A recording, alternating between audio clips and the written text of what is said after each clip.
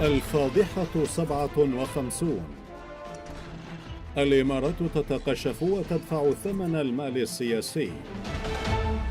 بعد سياستها التوسعية مقتحمة سيادة الدول المحيطة بالبحر الأحمر، وبعد طرد شركة موانئ دبي العالمية من جيبوتي وإنهاء قاعدتها العسكرية في الصومال، ومع تكاليف حرب اليمن الباهظة، تقف الإمارات اليوم على أبواب التقشف.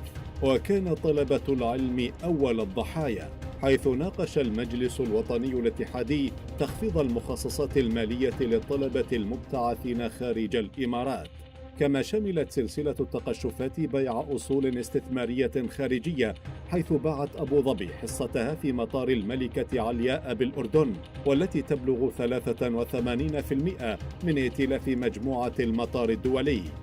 بدت الإمارات أكثر صرامة في التعامل مع المقيمين فيها، فقد رفعت نسبة الضرائب والرسوم بشكل كبير لتجديد الإقامات ولنزع أكبر قدر ممكن من أموالهم، ما دفع الكثير منهم لمغادرة تلك البلاد بعدما كان لهم دور مهم في بنائها، خصوصا في مجالات التعليم والصحة والبناء. خوف المستثمرين المحليين من ضخ أموالهم والاستثمار في السوق الإماراتية دفع لهروب كبير لتلك الأموال خارج البلاد، في الوقت الذي تعلن فيه الإمارات والسعودية عن مشاريع اقتصادية كبيرة أقرب للوهم من الحقيقة، كمشروع نيوم بتكلفة 500 مليار دولار. وصل التدهور الاقتصادي حد طموح الإمارات الثقافي، حيث أعلنت إدارة مهرجان دبي السينمائي إلغاء الدورة 15 من المهرجان ليصبح دورة واحدة كل عامين.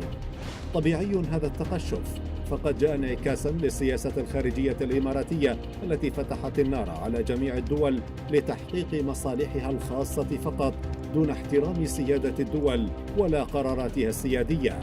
بعد كل هذا التدهور، هل يستمر ابن زايد في خراب الإمارات التي تنعزل شيئا فشيئا عن محيط بات يعرف مخططاته الخبيثة جيدا؟ تابعونا في الأعداد القادمة من